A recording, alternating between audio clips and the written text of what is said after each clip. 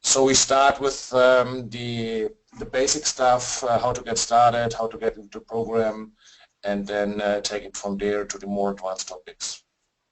Frank, all yours. Okay, so I have just installed the QUANTtrader version 3.09. So that's not the newest version, but it's the one before. And I will just go over it and show you how it works a little bit, and then also how to build a strategy from scratch. So I think you see my screen. There are mainly three files needed to run QUANTtrader. QUANTtrader, you don't have to install it. You can just put it into a folder and run it. So you need the executable file, and you need QUANTtrader INI. So the INI file is in fact a text file. You can open it in Notepad, and you see all ETFs and stocks, and all the settings are in this small file. So in fact this QUANTtrader INI file is the most important file. Also, if you want to save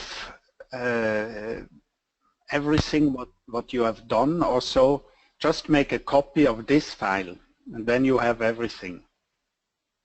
QUANTtrader, the executable, you can download it from our website. That's no problem. Normally the QUANTtrader INI is included. So if you start it, normally it will open a login screen. You have to input your username and password, login, and then if it's a new day, it will re-download all the closing prices of yesterday. Now I already did this, so it's quite fast. So here, this is the main screen. So I go quickly over all the elements again, because I don't know, some of you have already worked with the QUANTtrader quite a lot, so it's nothing new for you, but for some it's probably the first time they see it. So on the left you will have a window with all the strategies. So you see there are a lot of strategies. These are basically the strategies we are offering with Logical Invest, and then some more. So I didn't really clean it out, so there are some more, and but it doesn't matter. Probably these are also interesting for you. So if we go on the first strategy, bond rotation strategy, you can click on it and it will open, and you see in fact three charts. The first one is this one on top, displays just all the ETFs which are used. On the right you see the TLT now is black, so this is new. If you have a lot of ETFs, you can set this in the settings. So if you go into the settings here, you can set how many ETFs will be shown. So at the moment I think it's the top 5, or it's only 5. So the best with the best performance, and the others not. So the reason is, if you have 100 ETFs for NASDAQ, for example, you don't see nothing anymore if you display 100 charts. But you can click on it, exclude, include. So that's an easy way to compare charts. Here on the left side you have the history range, so you can look here to date until 20 years. Okay. But even if I have here 20 years, the first date here is January 31, 2008, because these ETFs didn't exist before. So it's always limited to this time frame. Okay, the medium chart, this is the allocation. So let's go back to 1 year, for example. Here you see always when there is a rebalancing. For example, here June 30, we see here we changed both ETFs. So before it was on CWB and junk bonds, and then it was the yellow one, which is in fact a sub-strategy, the treasury hedge strategy and PCI. So this is the allocation. You can, if you go below, you see this small windows. You see the actual allocation 60-40. So with the bond rotation, we only have 40 or 60%. So the better one has always 60. The second one has 40. Okay, the third chart is the portfolio chart. So here you can see what happened to your strategy. You go back enough, you see 2008. So this is how it would have done. But it's a back test. Huh? So bond rotation, I think we run it since about 2 or 3 years. So all from 2013 here is back test. But I have to say also, this will not be exactly the same like the returns of Logical Invest, because the parameters here are not the same as they have been 3 years ago. So we will always update it a little bit, change it a little bit.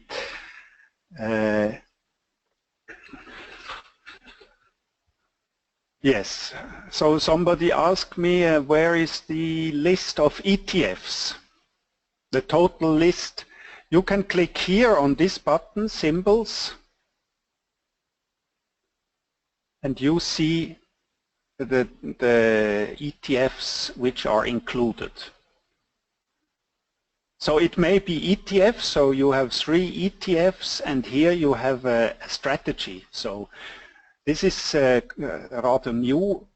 We had TLT, so the 30-year treasury bond, but we replaced it with a strategy. I can show you a sub-strategy. So this is quite a simple switching strategy which switches between TLT and TIP, so inflation protected treasuries. So the reason was that going forward, if rates will rise, then probably TLT is not so good ETF, and TLT is really the ETF to go when there is a market correction. So now we introduced TIP, which is also quite good. So, for example, just if I show you 6 months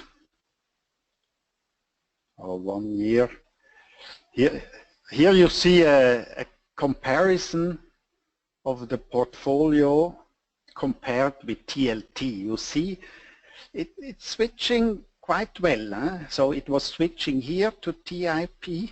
You see there is less volatility. It continues here with TLT.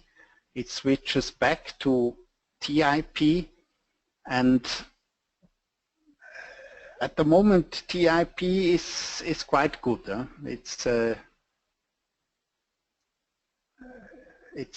It's much less volatile than TLT, and yeah, in the last 3 months it was significantly better than TLT. So that's what we have here, the yellow one, treasury hedge. So in fact this is like an ETF, so it's just from this strategy the black line. So the portfolio result is taken like an ETF. Okay. So you see, I always have here a second one, table. It's always or table output. This is not really a strategy. This is what I use for the newsletters, to have this table with all the ETFs and all percentages and so. Because if I open this one, I can go here on the ranking log. I don't want to have something like this. I see the ranking log, but I see here, instead of an ETF, I see a strategy. I want to have a table with only ETFs for the letter, for the strategy letters. So I go to this one, and then I have all ETFs which are included with the ranking. Okay.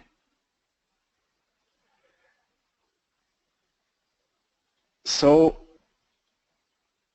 here you see there is another one, bond rotation strategy, top one. This is something new. We use this as a hedge now in some of our other strategies. Instead of using only TLT, we are using the best bond. So the reason is the same. If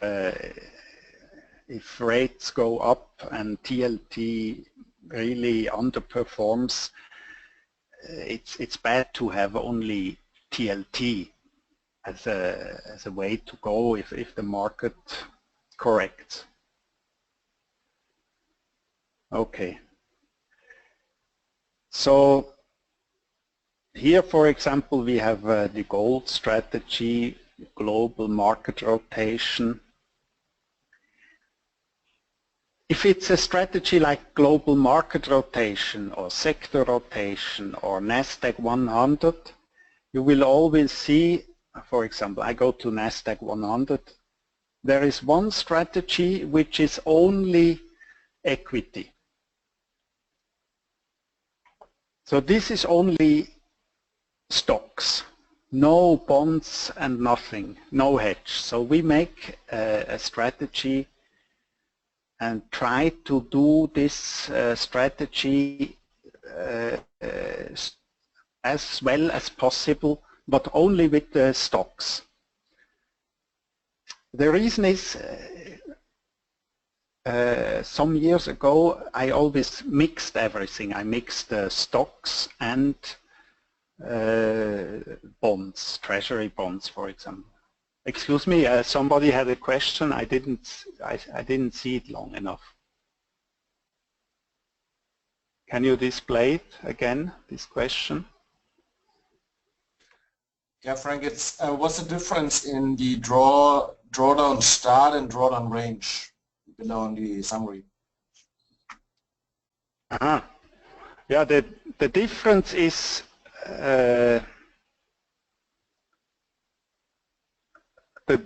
the drawdown over the range is the biggest drawdown. So if you have it, for example, if you see this black graph, you see here was a big drawdown, for example. So this is just the biggest drawdown from a maximum. And drawdown from start, that's when I started here, how much it went below the starting point. So this is drawdown start is not really important. But drawdown range, that shows you what was the biggest drawdown, and that's also what you will feel, because drawdown from start, at this point we will never go below the starting point. So that's really not, for long-term charts it's not important. But if you look, for example, year to day, then you see the strategy at one time it has been nearly 1% negative. That was here.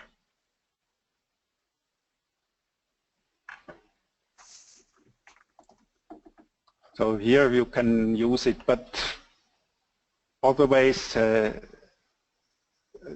drawdown, maximum drawdown in a range is more important.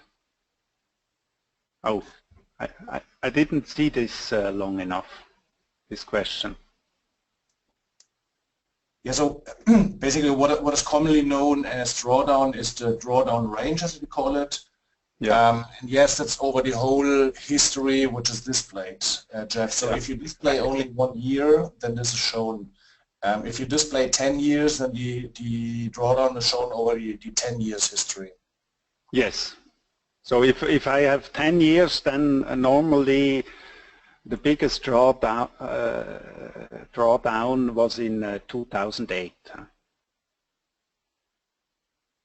If I make it only 2 years, or a little bit more, then 2011 was a big drawdown.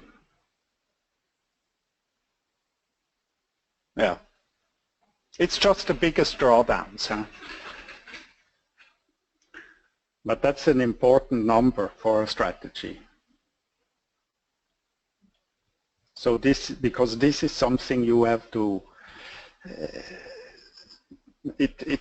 you have to know it doesn't go only up, it can also go down quite a lot. And strategies like aggressive strategies like maximum yield, yeah, they can also go down quite a lot. But I cannot show 2008 for this strategy because volatility ETFs didn't exist at this time. Okay, so here, for example, yes, we have here the NASDAQ strategy, equity only. You see here you have over the years, over the last 10 years, you made 35% return. with a volatility of 29 and a Sharpe of 1.2. So it was really a good strategy in the backtest. Now let's see, we take now this as like an ETF, and we will add a hedge. So we have Nasdaq 100 hedged.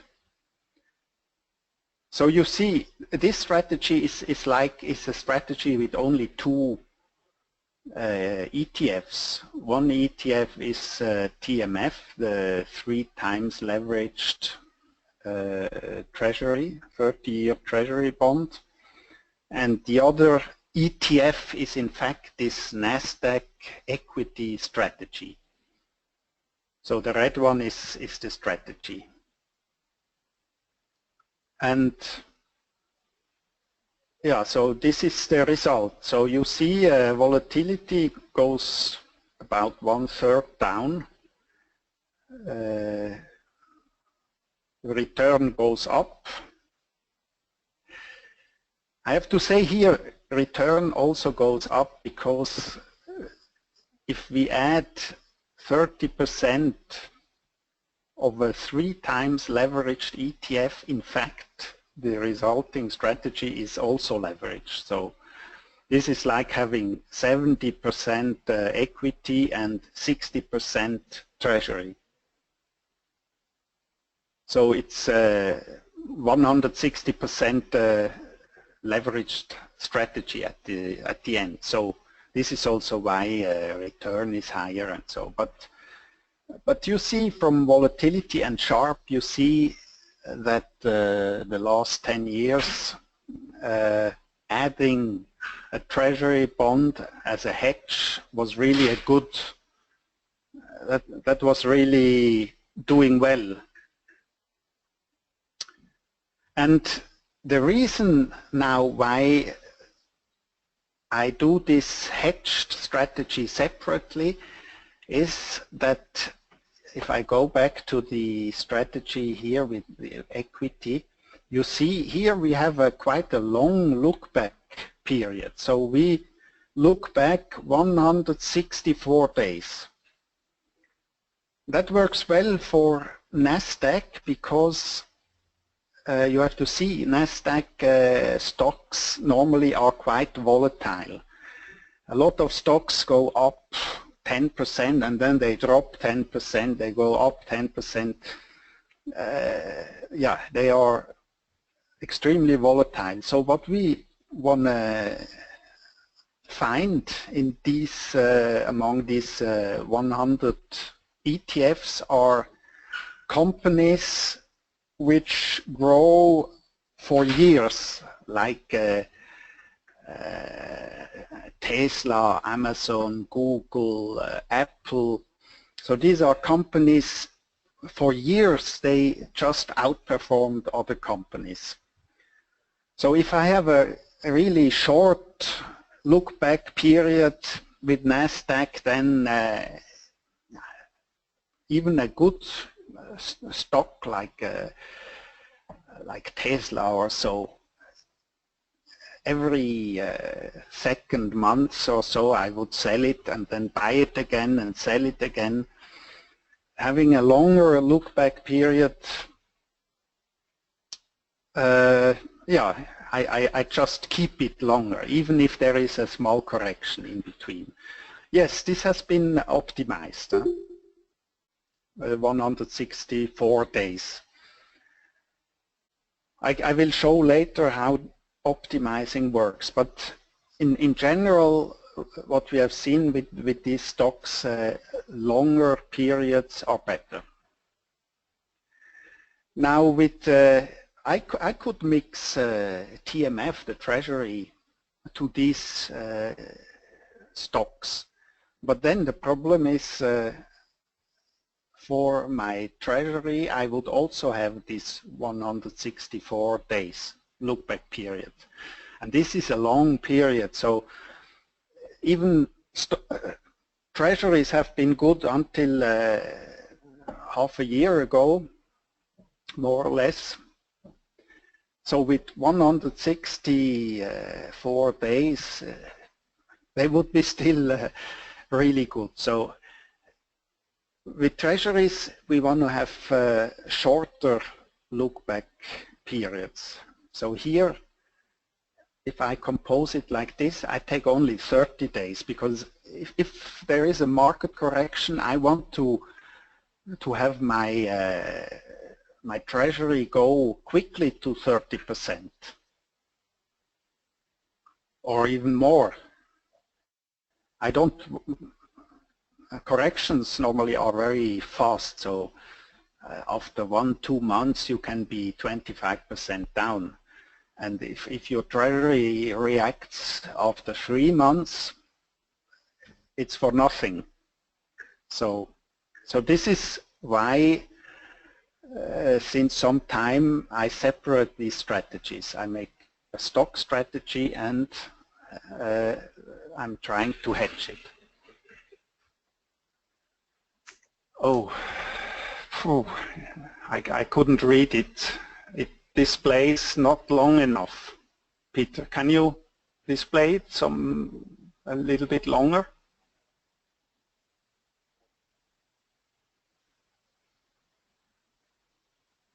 Alex, did you see it? No, I think it was not intended. Okay. Maybe Frank, I think what you just said is one of the very important points when talking about meta strategies.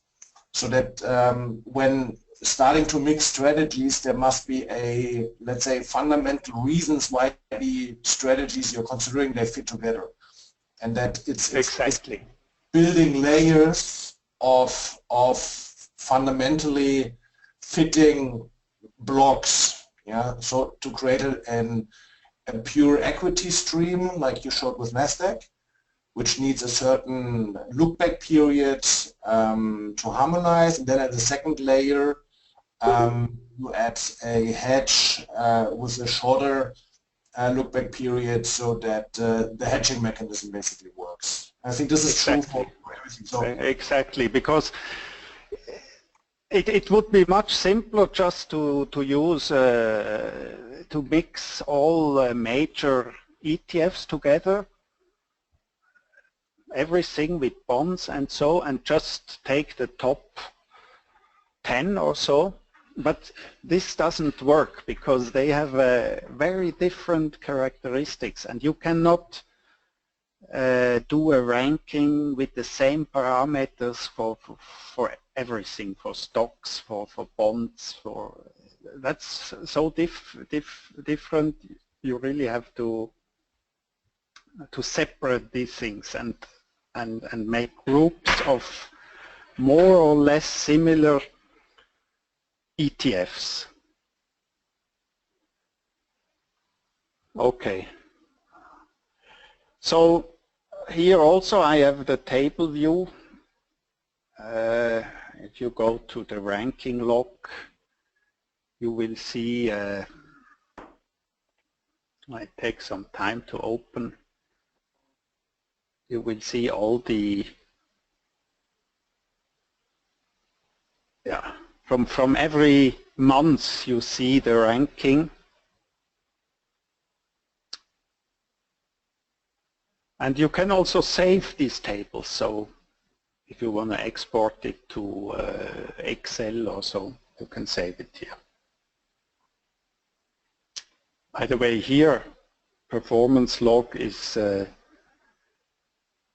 just the performance of the last month, so you can just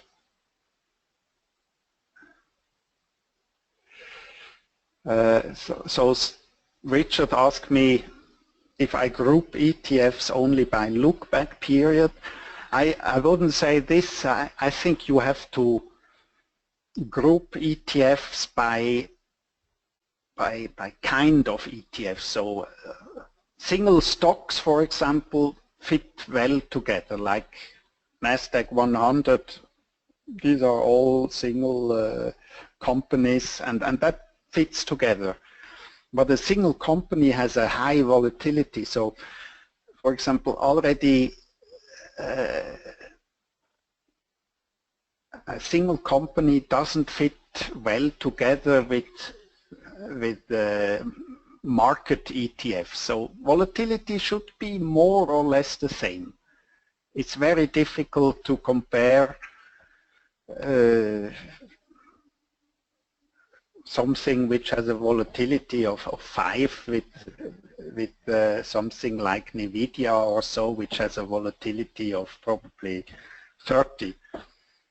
You cannot compare it. It's a different kind of ETF. So I would say the most important is needs to have more or less the same characteristics, and from the characteristics, volatility is very important. And also,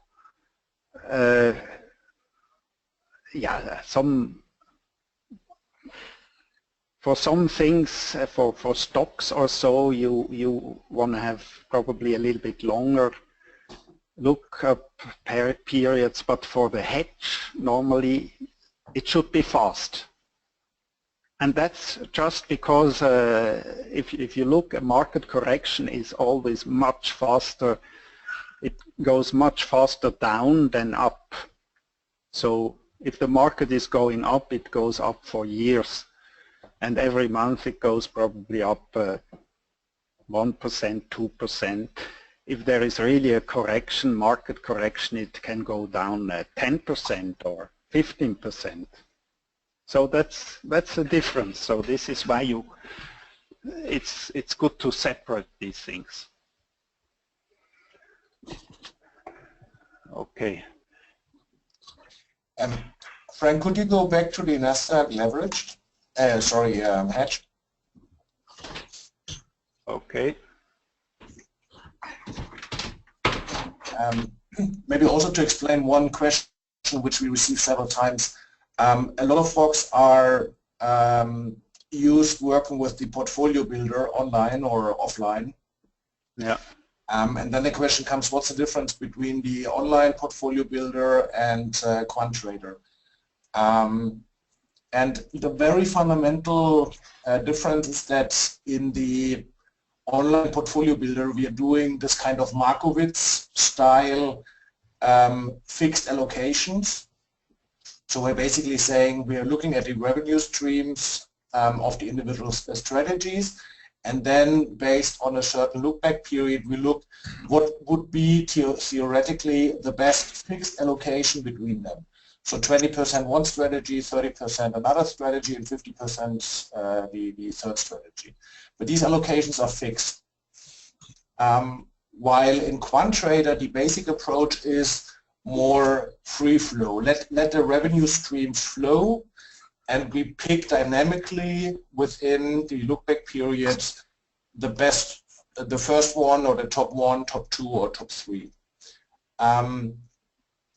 Fundamentally, that's the better approach. The Markowitz, the big problem in Markowitz is you're betting on past data to predict the future, while in QUANTtrader we are dynamically updating the allocations between the strategies. Yeah, and you see that very nicely here in Nasdaq, for example. You see Frank here is not restricting the allocation between the equity flow, which is from Nasdaq, and the bond, which is TMF. Yeah, so the minimum allocation and maximum allocation, this is free flowing, let's say, from 0 to 100. And yet there is a certain balance between those revenue streams. You see in normal times, without any restriction, 80%, 70% of the capital goes into the equity, yeah, which again fundamentally makes a sense. Equities is what's driving the performance. And then dynamically in bad times, the strategy allocates a little bit higher to TMF. Yeah. If you would do the same now following the online portfolio builder logic, we would hard code 70% Nasdaq plus 30% TMF or a bond strategy. Yeah, but then we put a restriction on the strategy. It's fixed 70-30. Yeah, If you try that, and again you can simulate that in QUANTtrader, but it will not show the same result. Yeah, it still probably will show you a Sharpe ratio of 2, but again this natural balance between the revenue streams to kind of let them flow, this is really what is the better approach in QUANTtrader. Yeah. For people who are used working on the portfolio builder, and again we can do an exercise where we just put a fixed allocation of 70% to NASDAQ and the 30% to TMF. But again, it will not give you that little last piece of performance which we are getting here in QUANTtrader.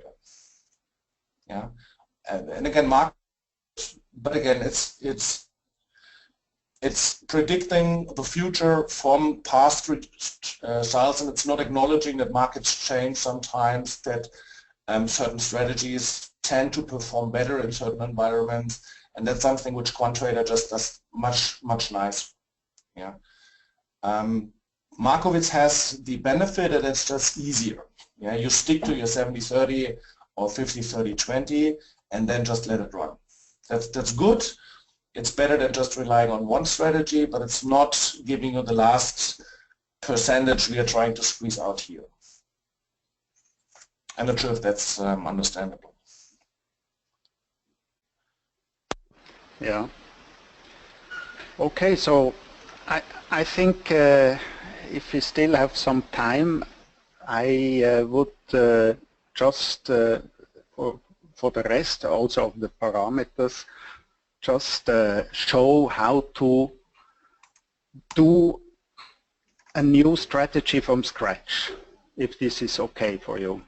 So just showing how to begin with only one file and then do a strategy. This way you will be able to do your own strategies also, or combine strategies. Here, for example, somebody asked me, I think the question was how to pick the best from these 9 strategies. I mean, it's also a sort of ranking, and you see the table in our on our website which ranks the strategies, and if you follow it over the several months, you will see there are not so much changes in it. There are changes, but not so much. So a good way to do is just take the best strategies always for the next months. So I have here, this is something new. I did one strategy of strategies here. Now I can show you this.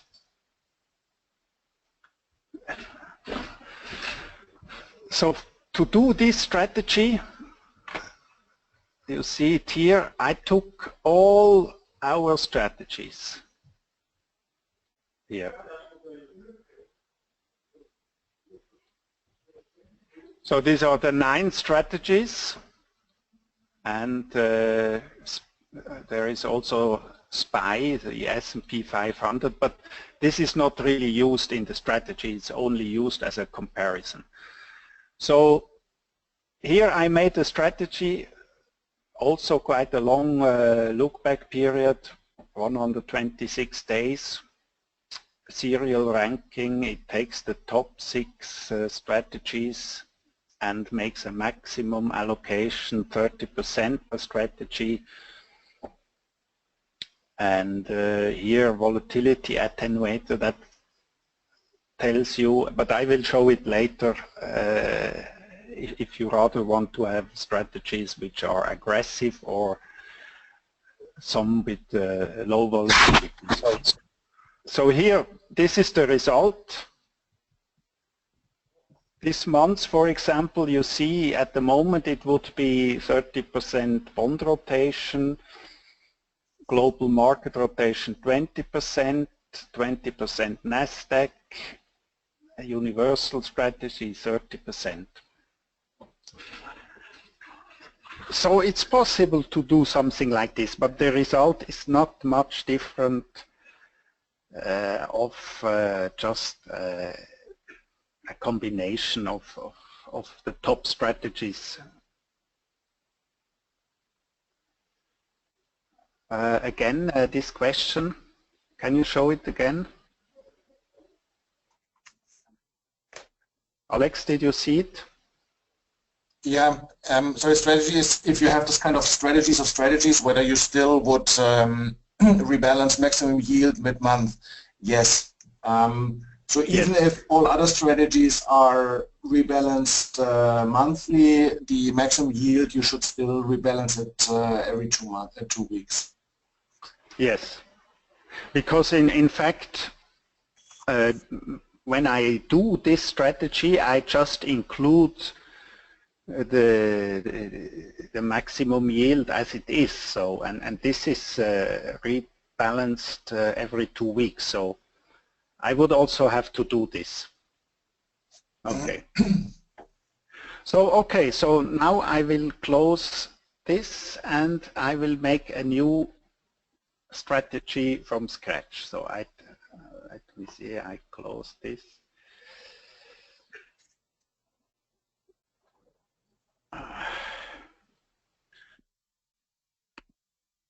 It's I have to apologize, it's a German Windows version, but I hope you understand what I'm doing. So I call it new, this strategy. The only thing what you have to do is to include a QUANTtrader. That's enough. If you start from scratch, QUANTtrader will just, when you open it, yeah, it will create a new INI file. So now the first thing to do, you have to go to the symbol manager and add some symbols. You can, I will have the SPY, S&P 500, and TLT.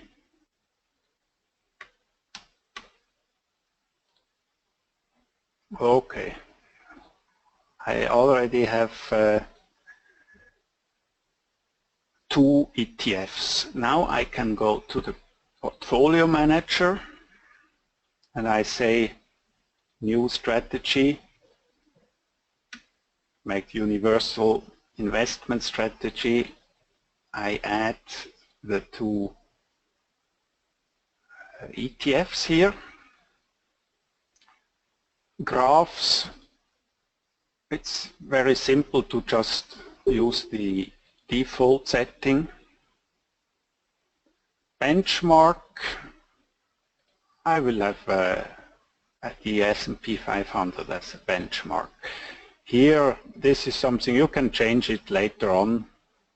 Maybe show the allocation, the portfolio and then allocation in the tree view.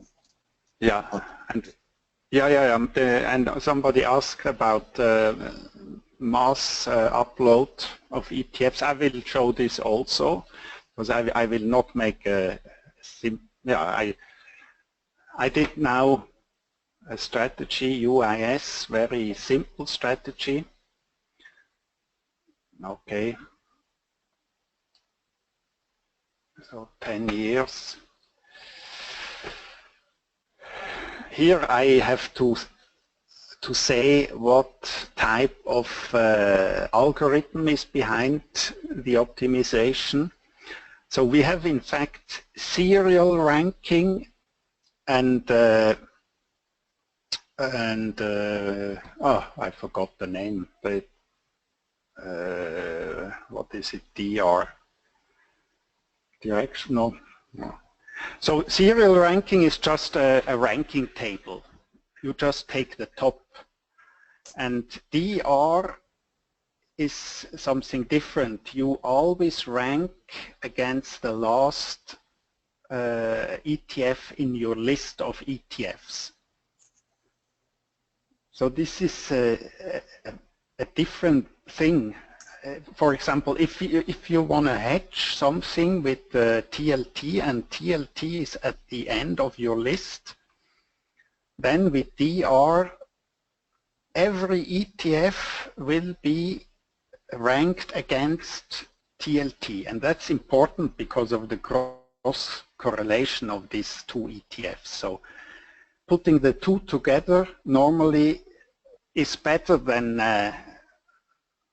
just having only equity or bonds, because they have inverse correlation or volatility, and if I put them together, volatility at the end will be lower.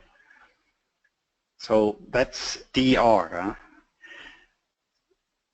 It's not so important anymore if you build strategies like I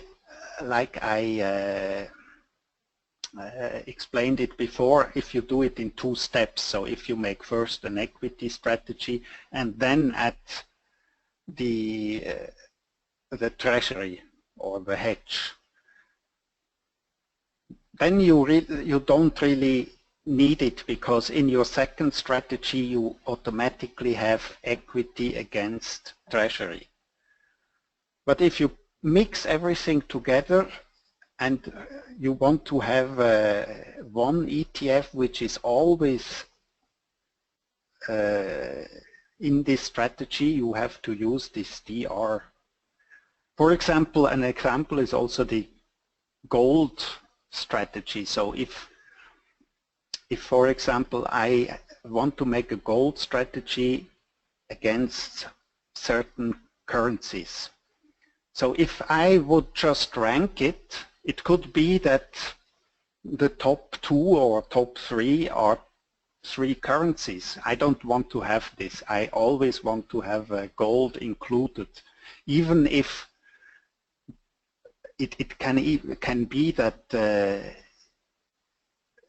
gold is really bad and it is at 0%, but it is included. So for things like this, like gold strategy, DR is the better way to rank. For all the rest, static ranking is good enough. So if I have only 2 ETFs anyway, static ranking and dynamic ranking, DR is dynamic ranking, is the same, because so okay, now I will show you what happens if I make optimize. Yeah. A couple of questions after the optimizer. Yeah, probably if you can put them a little bit together, and then I will answer these questions after the optimizer. So now I can run the optimizer.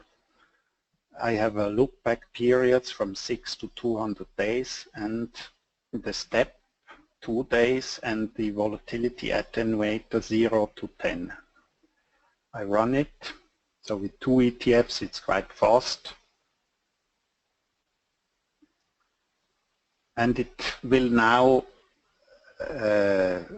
just calculate all these backtests. So it's an awful lot of backtests doing here, and at the end you will see a little bit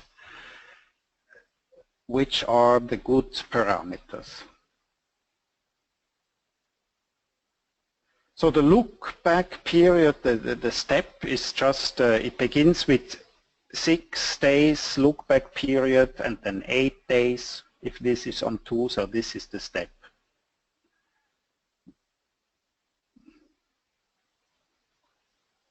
So yeah, you see here at the volatility attenuator 0, you see it here, it will just switch, because it always takes just the best return. Volatility attenuator 0 ranks only by return.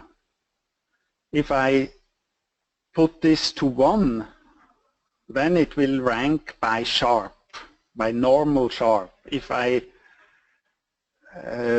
put it to 0.5, then it's something, it's like a mix, 50% of normal sharp and only return. So return is the most important.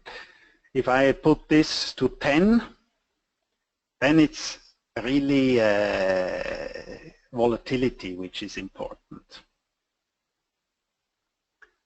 Only volatility. The lower volatility is, the better it is. So. And here you see a graph, and you can see where we have a good,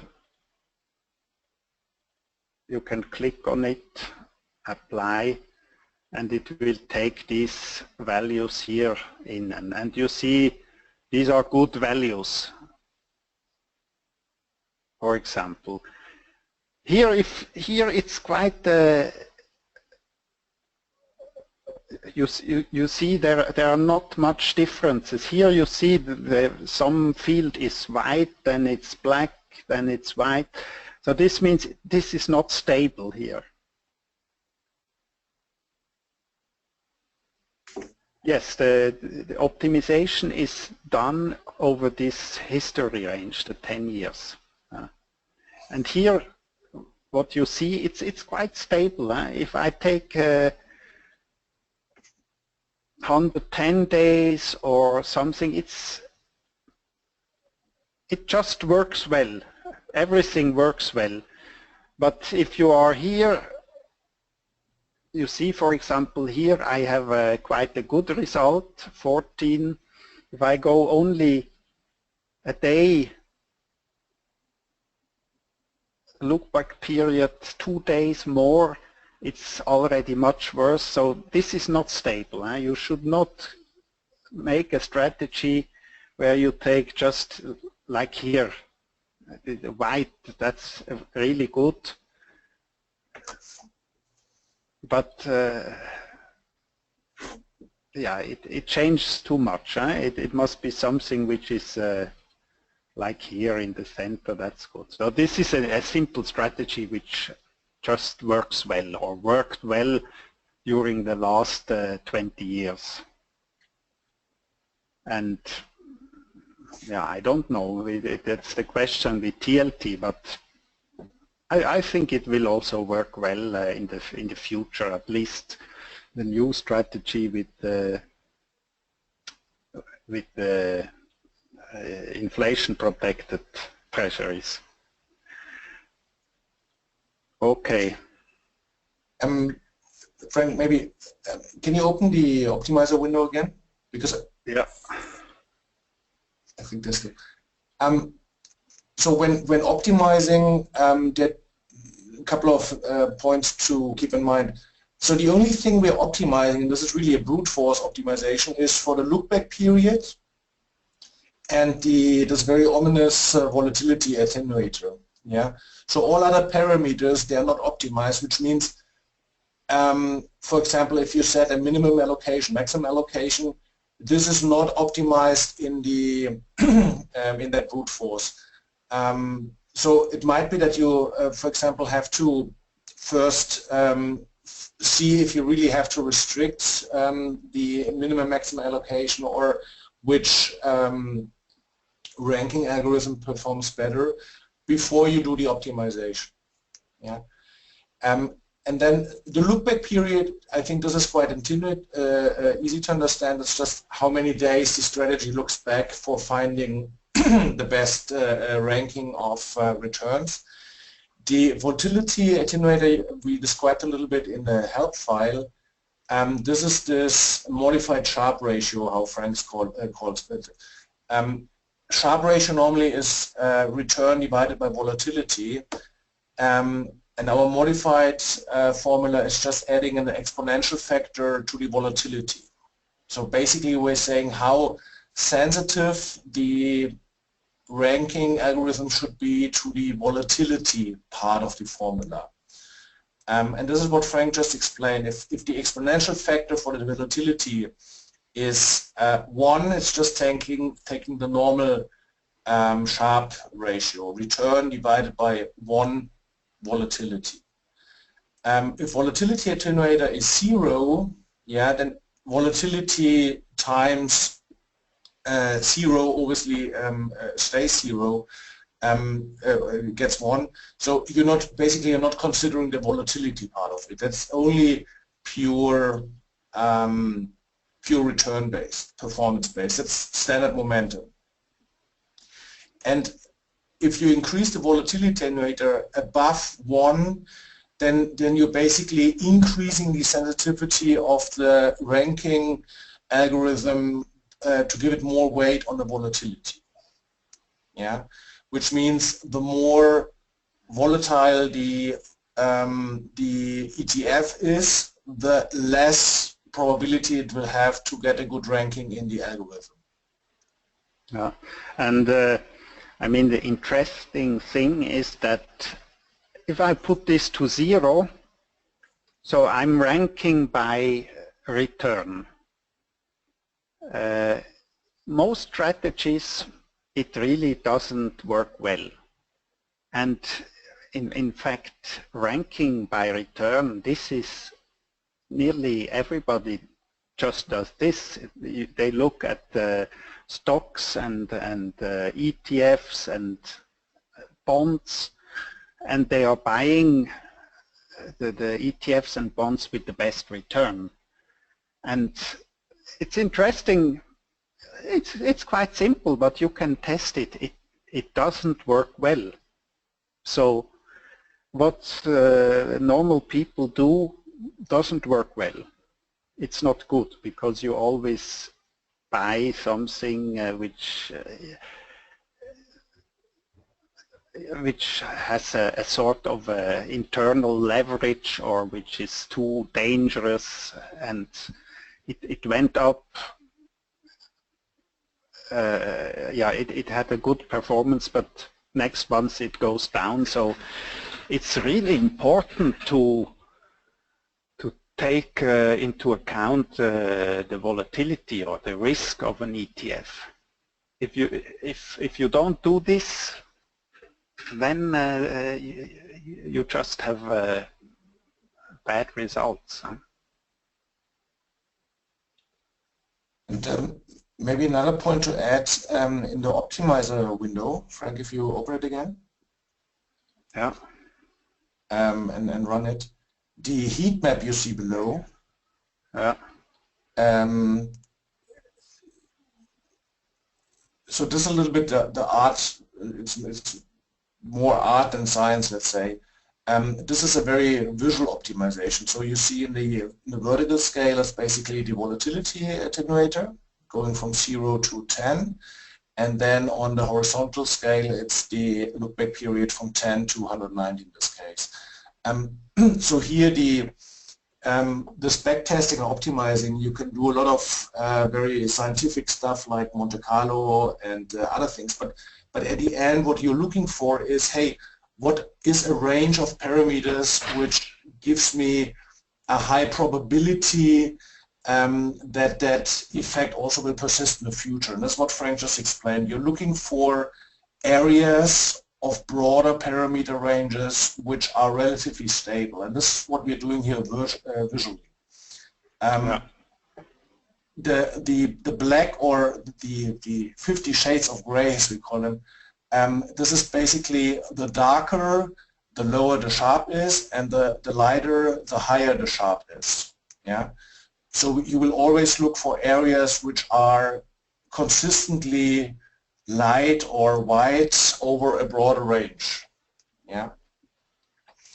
And again, in our experience, it's just more intuitive and also quite consistent if you do that with a visual check instead of wasting days in very scientific stuff, which at the end would give you the same results. Yeah, but again, it's important. Sometimes these optimizers, they can fall into a corner solution. They just give you the best point, but it's not a consistent range. So you have to work a little bit and get used to that heat map. Yeah. So if you go over these pixels here, it will display annual return, Sharp, and everything. Yeah? In fact, these parameters are the same like here. And you can just, I mean, normally this is not enough. You have to click on something, make apply, and then you can see here how the graph looks. And that's also important. Huh? Yeah, so if you make a strategy and it looks like a chessboard, black and white mixed, then it's not good. But if it's like this, then it's something you can use. Okay. Perhaps I just want to explain some other parameters here. There was one question still regarding the other ranking. Yeah. If you open the rankings there. Okay. There are others. Yeah. These. Serial ranking equal weight. So this is something, if you have a lot of ETFs, equal weight, it will just make 50-50, same allocation. So it makes no sense with only 2 ETFs, but if you have 3, every ETF, or say the top 3 of NASDAQ, so every ETF would end with 33% allocation.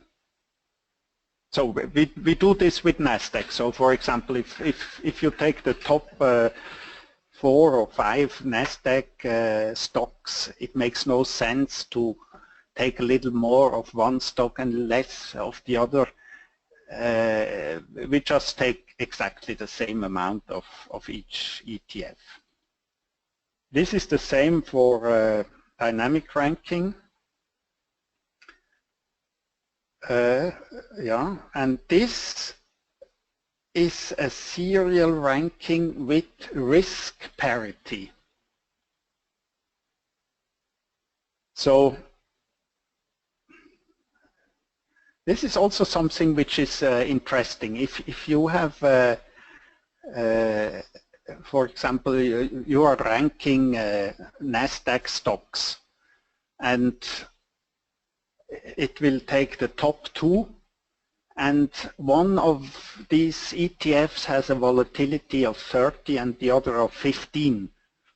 Then, in fact, that means the one with the volatility of 30 is really twice, has twice the risk of the other one. So if you have risk parity, this would mean that it will take 33% of the high volatility ETF and 2/3 of the lower volatility ETF, so that at the end both parts have the same risk. Yeah, there was a question if I plan to publish more. Yes, I'm thinking on this. So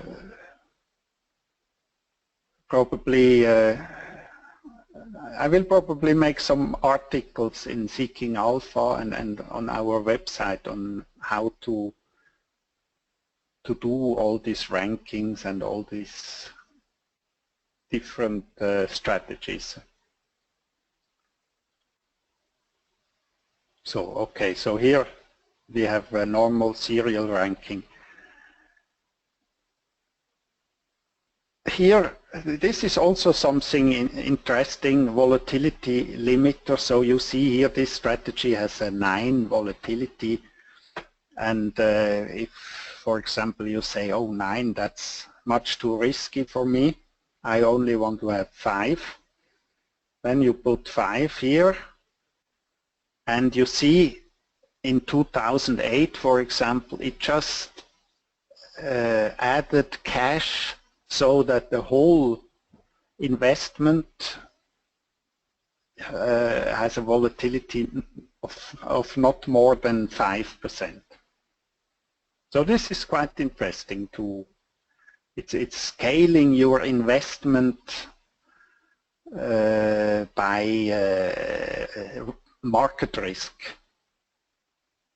It can be important because normally if a crisis is coming or something, volatility is going up, you don't feel this really. It's good if you have something like a strategy or so which tells you, volatility went up 50%, probably you should reduce a little bit your investment. So that's the volatility limiter. You will also see that there are quite some strategies. Now it has a Sharpe of 1.166. If I reduce it a little bit, you see the resulting Sharpe is higher. So that's something, it helps. Then you have something here, mean reversion, weight, and period. Forgive me a minute. The volatility limit is also very interesting for example, if you want to have an extremely low drawdown, this is something which you mostly will achieve with the volatility limit, because again it scales down linearly the allocations during crisis times.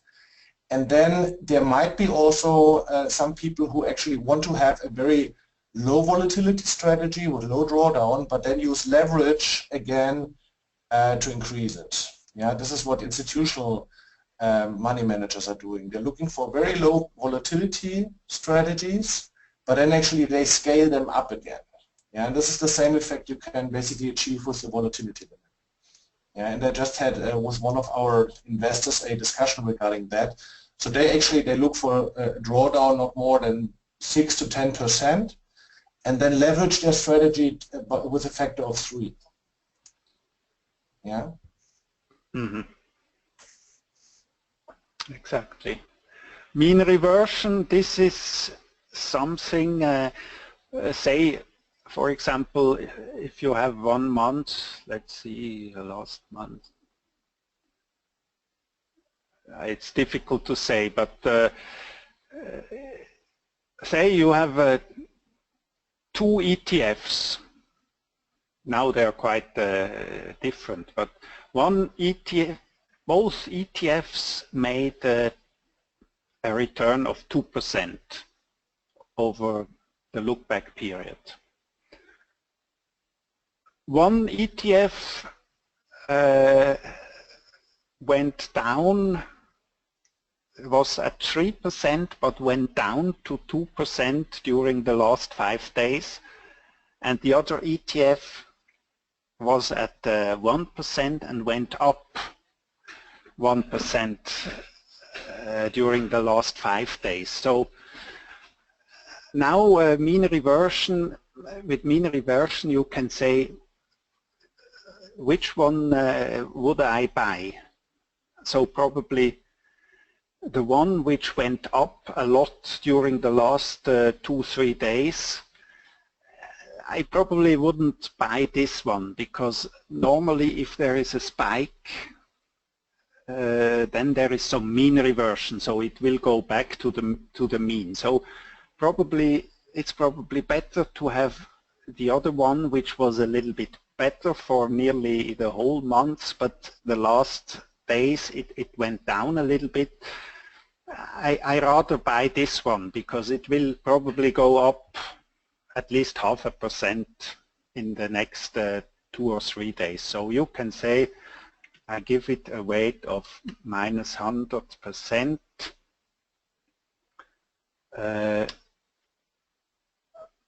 5 days. So that means now that instead of just calculating the return over these 80 days, it will -100 means it takes the return of the last 5 days and it will subtract it. Minus 100 means it will subtract the whole return of the last 5 days. So if it went up 1%, in fact it will reduce the performance by 1%. And this works. You can really make strategies which work only with mean reversion and which work really well. So for example, I made a new strategy. I will also show you this in the next 2 weeks. Sector strategy, US sectors. If you always buy the worst sector, that works, and this one normally will go up a little bit next month. So this is something you have to test. Normally you just look here over 5 years or over 10 years, for example. I have 11%, 1.2. If I remove it, it's a little bit less, the Sharpe ratio. But it depends a little bit on the strategy. Some strategies it works quite well, others it doesn't work. Here is something new on the advanced parameters. Here the left side I would not use it. This is out of sample testing. So we are still testing things. But this is interesting, ranking day and trading delay. So for example, you can just say I want to have a trading delay of 1 day. And then you see what happens if I rank last day of the month, but I trade 1 day later. So it's a little bit worse, but not 0.5%. But you can also say, for example, I will rank the 30th and then trade 1 day later. Yeah. And here, if you zoom in a little bit, 1 month, or you see here the black arrow is the ranking day, and then you see the trading day when you see the change of the allocations is 1 day later. I put here 5 days. Yeah. So this is interesting. You can just look what happens. So what is interesting is that normally nearly all strategies, if you rank mid-month, it doesn't work really well. It should be around the end of the month, so 2 days before or 2 days after end of the month works well. So I'm not really, I don't really know why this is like this, but it's probably because everybody looks at the performance of something after a month and then decides to do something else. So it's probably this. So changing allocation the 15th is not really good. Only exception is our volatility strategy, the maximum yield strategy. Okay, and here this is also something very interesting, the cash Sharpe limiter. This is something interesting. It here we have TLT and SPY. Sometimes it can be that both are really bad. Both ETF go down, and then it would be good to go to cash. So normally a lot of people, they just go to cash if last month the performance was negative. So this doesn't work really well. So here in our strategies we rank ETFs by Sharpe or by modified Sharpe, and the way to go to cash is to give cash a sort of a Sharpe value. So it's like an ETF with a Sharpe value, and normally it is something a little bit below 0. So it's just normal that sometimes an ETF goes down 1 month. So if you always go to cash, that's not good.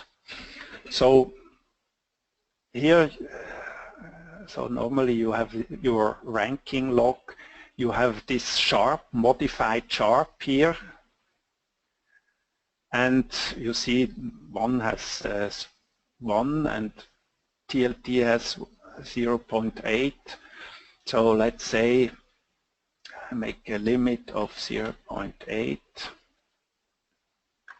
Okay. And now you see what happens. So it really, here there was 1 month where SPY and TLT have been replaced. In 2008, it was more or less SPY which was replaced. And here several times, yeah, here it was TLT, here the last time here. So this is interesting, and this is something, it doesn't make a big difference, but if you fine tune it a little bit, you can get sometimes quite good results. Okay. Let me add a comment there. There's also something, a question which we receive very often. Many other very popular strategies out there, they do this kind of cash threshold. So they look at a certain momentum, or they look at a certain Sharpe over the look back period, and if it's below a certain threshold, then they go to cash. Normally our philosophy is not going to cash. Normally we try to balance risky assets with a hedge, so either gold, currency, or bonds, where we say even in bad times we want to do some profit, yeah, and that profit in bad times will come from these hedges, from these safe havens. But here this cash Sharpe limit is actually the classical go to cash way, yeah. If the Sharpe ratio of a certain symbol over the look back is below 0.78, yeah, then it would not allocate anything to that but go to cash. Yeah. Yeah, I think I've explained nearly everything. The only thing somebody asked, how to load in several symbols at once. So we'll just show this quickly. I have here, for example, Etf Lists. I have the US sectors. I copy this.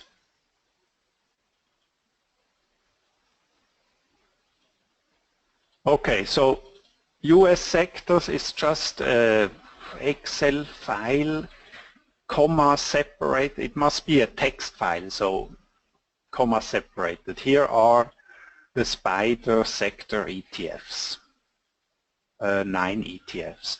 You can, in the second field, you could write the name. So F, you could write the finance sector, and so U, utilities, energy, and so on. And then you save it in Excel by as a CSV. So it's a normal text file, in fact. And then you go to the stock list manager here. You make new US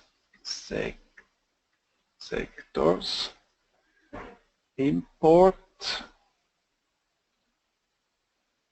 Now it's importing these.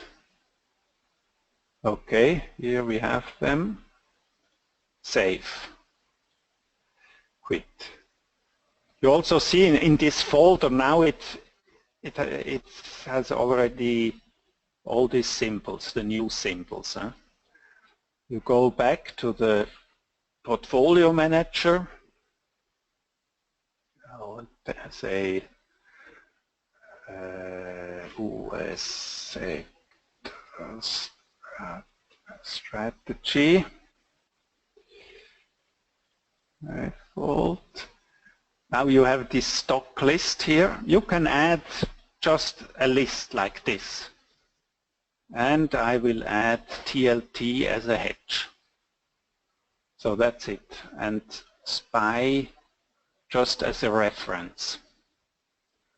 So now if you go to portfolio, you see your US sectors here, TLT and SPY. SPY, I uncheck it. So that means this is not really a component of our strategy, but it's only something, I just use it here as a symbol, the benchmark symbol. The others are part of the strategy. But maybe, can you explain also the minimum maximum allocation by symbol? Yeah, so for example, here, if you make something like a US sector strategy, so for example, you always take the top 2 sectors or something like this. Sectors will be limited to less than 50%. But for example, TLT, you say, this is my hedge. I want to, whatever I do, I will that this one can go up to 100% in case of a market correction. So I can make this here. I can also give a minimum allocation. So I could say never less than 20%, but I will not do this now. You can also, for example, if you use something like we do it with some strategies, instead of buying a bond ETF, we are shorting an inverse ETF. Then you can take the inverse ETF and here click on this one and say is short. So it is shorting an inverse.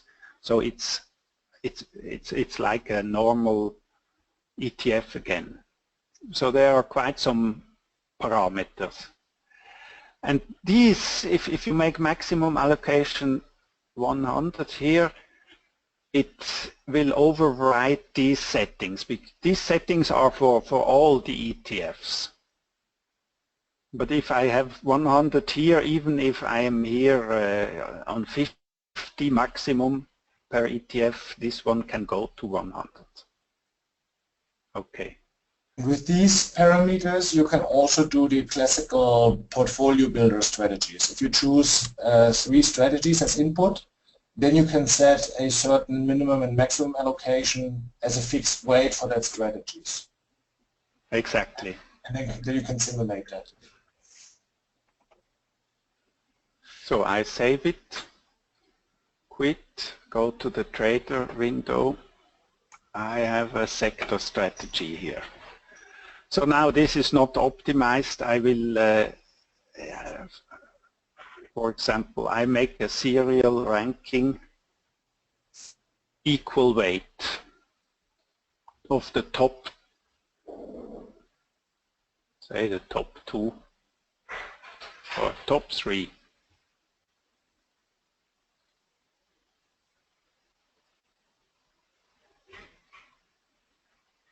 Okay.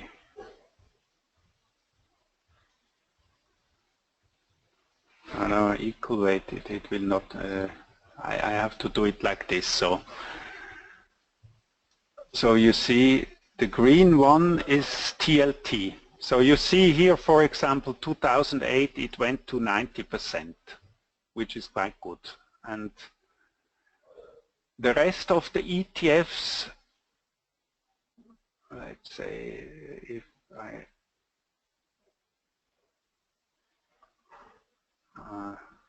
take 3, and the rest has a maximum 50% every ETF.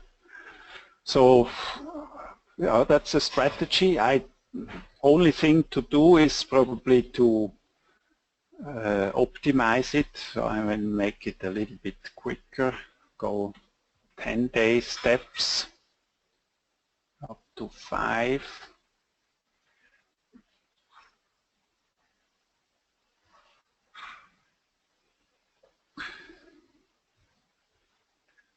So that's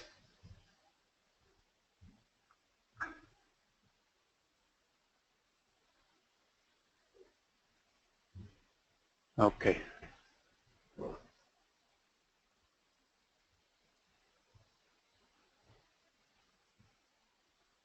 Okay, I can update it, save it. This is my sector strategy now. So this is just to show how to load ETF lists. So for example, if you want to load NASDAQ 100 ETFs, then normally I will just go to a website where they have all ETFs in a list. I copy it, I paste it into Excel, I save it as a CSV file, and then you can load it very quickly. So, and also to use them, it's simple because you don't have to add every ETF, every single ETF. You just have to add, you can add the list and that's it. Okay, so I think we covered nearly everything here. Are there some more questions?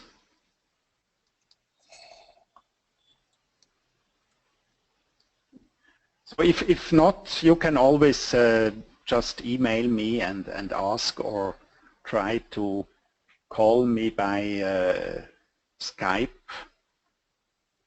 Best is in the morning in the States because of the time difference. So yeah, I didn't see the question really. You asked good meta strategies. Frank, example of building a meta strategy. If you do one, for example, which I like very much, is just combining NASDAQ 100 without hedging plus maximum yield. Yeah. I think it's a good probably one quick. I just saw the question. Somebody asked what triggers a new INI file. So, in fact, if here I change something, here I go to 2, make apply, I run it with 2, and I say update, then I save this strategy with new parameters. And if this strategy is used by other strategies, meta strategies, so everything changes. And if I make update, then it will save the last version here of the INI file. So this is quite important because you just see here the date and time, and if really something doesn't work as you want, or you sometimes you just changed everything and you have to begin at 0, then you can just go back here, you copy one of these INI files, you remove the front here, and then you can start it again. So that's simple. So the other question was how to make a meta strategy. I think that was one question. Huh? So just I can show it with what I had here for.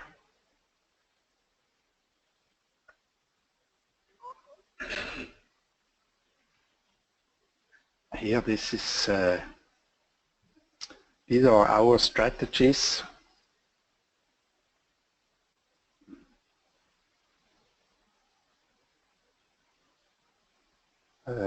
Bond rotation, everything, and you saw I made a meta strategy here, for example.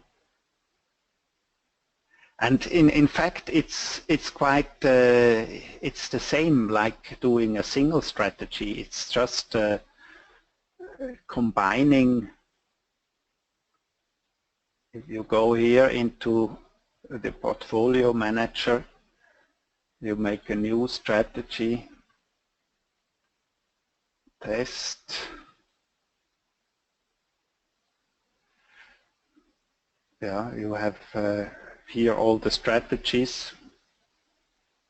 Only equity, you can make a meta strategy with only equity, for example. Like stack,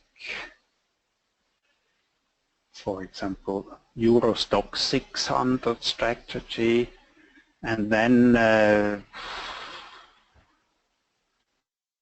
add something else. Whatever you want, you can add a treasury here.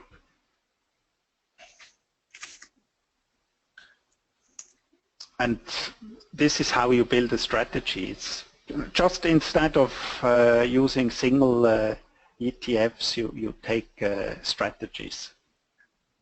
You have to, the only thing to do is you have to limit a little bit the maximum allocation, because if you don't do this, then you end up having only one strategy. So let's see.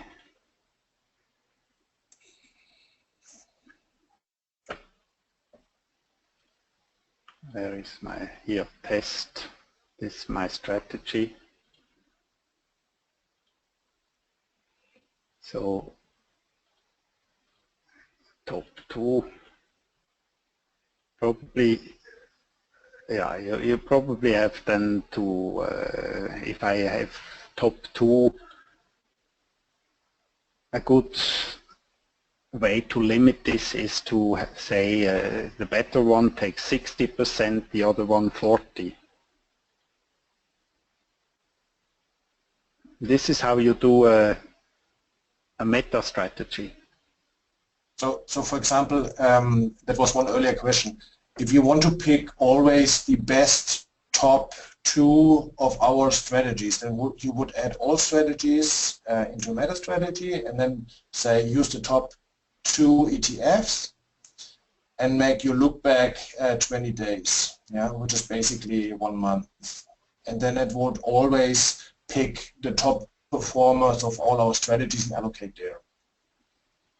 Yeah. So somebody asked what is the difference between 60 and 100? It's just if I put this to 100, you see here there are times, yeah, one strategy can have nearly, here it's 100%, only Nasdaq. or here it's 100% stock 600. So you probably say, even if you have a top two, you don't want to put everything in one strategy, or 90% in one and 10 in the other. You say, if I have top two, I want to have, for example, 50% in each. But that makes sense, because then you have about, this is a sort of diversification. You have two different strategies, same weight. So this is how to use this maximum allocation. Or 60 makes also sense, because then the better one gets 60% and the other one automatically 40.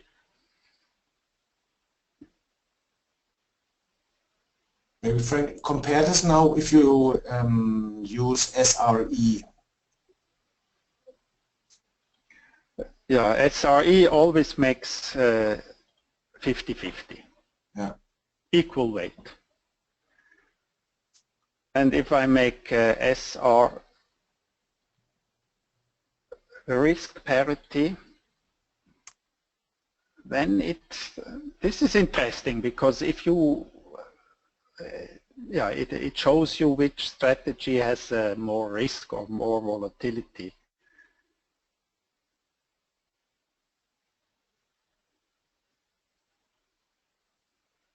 Yeah. Okay. Another question? What allocation would you recommend for 4 ETF? Top 4 ETF. It depends. If for example, if you have something like Nasdaq 100,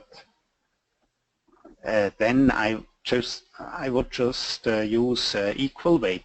So every ETF gets 25%. Makes not much sense to you could use this and say, for example, maximum is 40. Then you see, then you have NVIDIA with 40 and Micron with 10. So it will change a little bit the weights, but this is not really an exact science, so you cannot really say this one is so much better than this one. It's normally it's better to use just equal weight. You can also do risk parity. That's for Nasdaq. It's interesting. You see here, NVIDIA has highest risk, so it gets only 22%, and others a little bit more. So there's not a big difference. So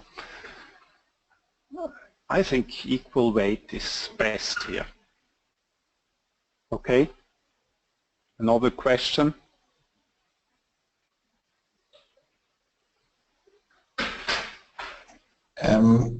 There was one former question by Richard, how to replace in our strategies the current used ETFs by others.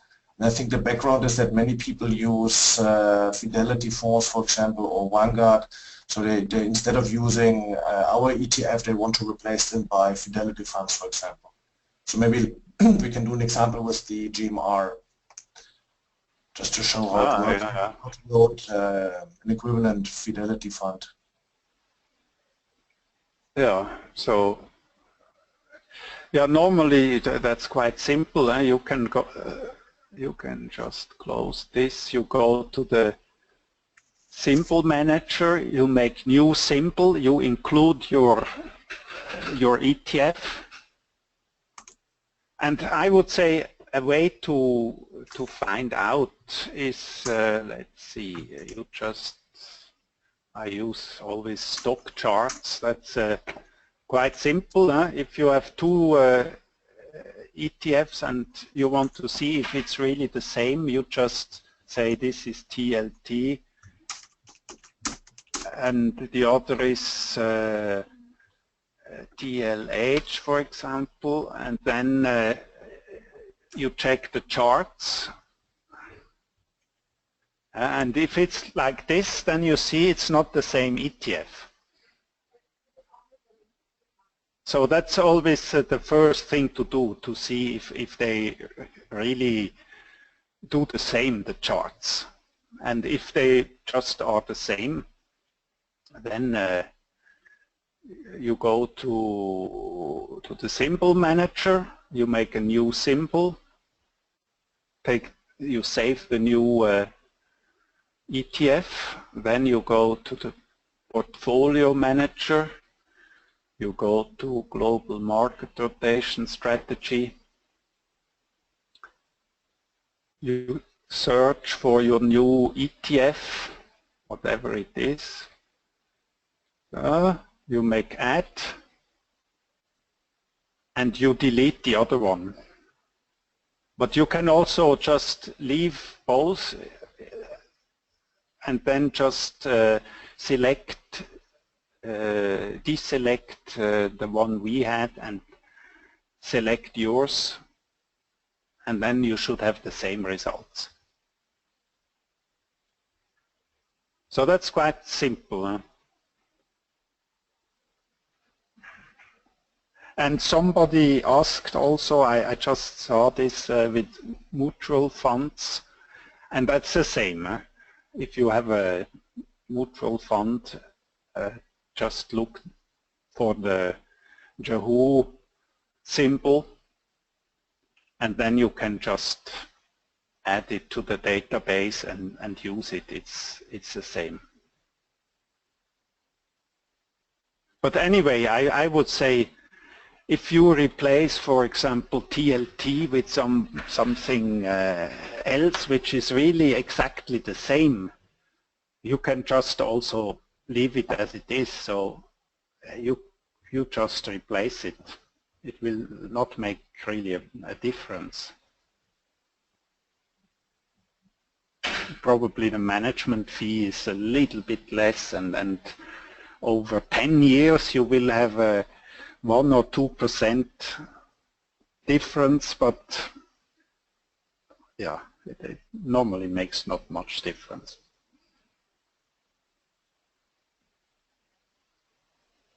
Okay.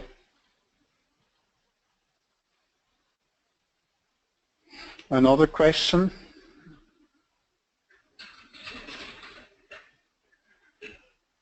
Synthetic tickers. Yes, that's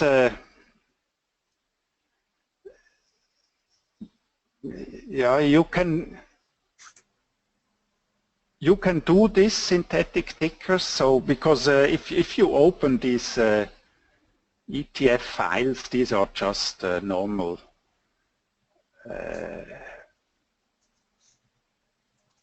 it's comma separated text files. So in fact you can do this in Excel. The only problem is that QUANTtrader always reloads every day. It will load everything from scratch, and it will overwrite your synthetic ETF. So it's not so simple. Huh?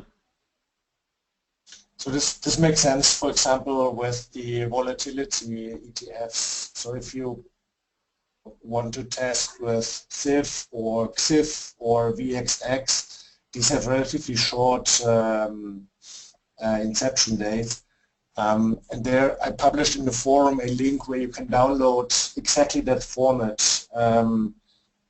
for extending your backtest. But again, this is something you normally would do once. So you just download the data, put it in there. Instead of using set IV, for example, you just put a hyphen before so that QUANTTrader doesn't update it or try to update it next time. And then you can play around with or test with the extended backtest. And once you have found your parameters and are happy with the backtest, then you would just again replace it by the normal ZIV and run the same parameters. Or we've also done that for TMF the 3 times. This is a little bit more complicated, but for example, you can use TLT. You download or open TLT, then you calculate your returns on a daily basis of TLT. You multiply basically these by 3 or by 2.8, and then you can create a synthetic tagger. It takes a while in Excel. It's a little bit Excel acrobatics, but for special reasons, this might make sense. Yeah. So this is something here you can see. For example, if you go to a symbol here, you have also a multiplier. So for example, instead of using TMF, which is the 3 times leveraged ETF, which we use in some of our strategies, but the TMF has only probably, I think, 7 years or so. It exists since 7 years. So I can use TLT and I make a multiplier of 2.9 or something like this. And then, in fact, I have something like the 3 times leveraged ETF. So you can use things like this just to check if something works. It will not be 100% correct, but it's yeah, it normally it's enough to yeah. So you see TLT now it makes huge swings. And to compare, if you would load also TMF, you could just check that these 2 graphs superpose. You probably have to adapt a little bit this multiplicator because you have some small losses, rebalancing losses for these 3 times leveraged ETFs, but you can do this.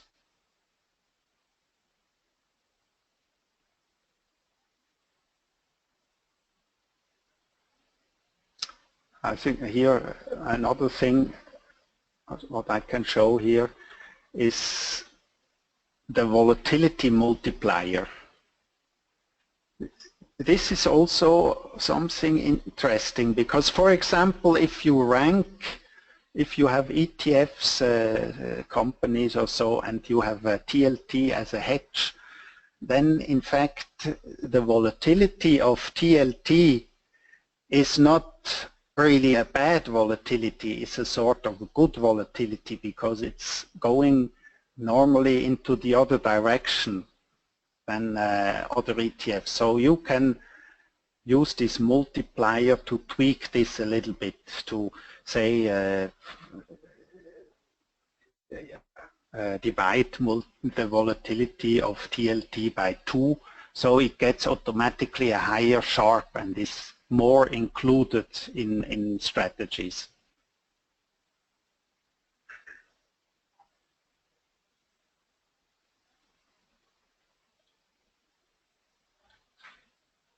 Okay, so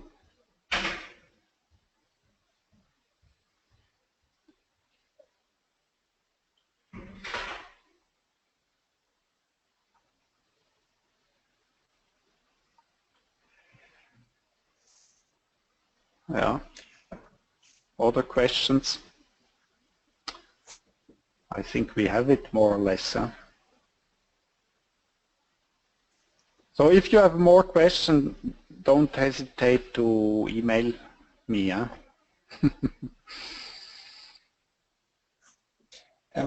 I think also one common request or question that we get sometimes, again in the forum, we're trying to build up a community of people using QUANTtrader, especially also so that we can exchange good performing strategies, tips, tricks. So that very much depends of everybody from time to time pasting some screenshots or just sharing some of their findings. So it's really not meant as being one directional from us to each individual user, but really creating this community effect a little bit. For that also in the invitation, if it makes sense, we can also connect you by email. That obviously would require that you give us a signal, yes, please share my email address, which we normally wouldn't do. But again, if there is something we can support to create this community so that people exchange, we are very happy to do so. Yeah. Okay, so thank you for your patience. And yeah, I hope to hear from you in the next weeks, and I would be really glad if somebody sends me some really good strategies with the sharp of 4 or 5 or 6. I'm always interested. Okay, goodbye. Thanks a lot for your time. Thank you, everybody. Bye. Thanks. Bye-bye. Thank you, Frank. Bye. Thanks, everybody.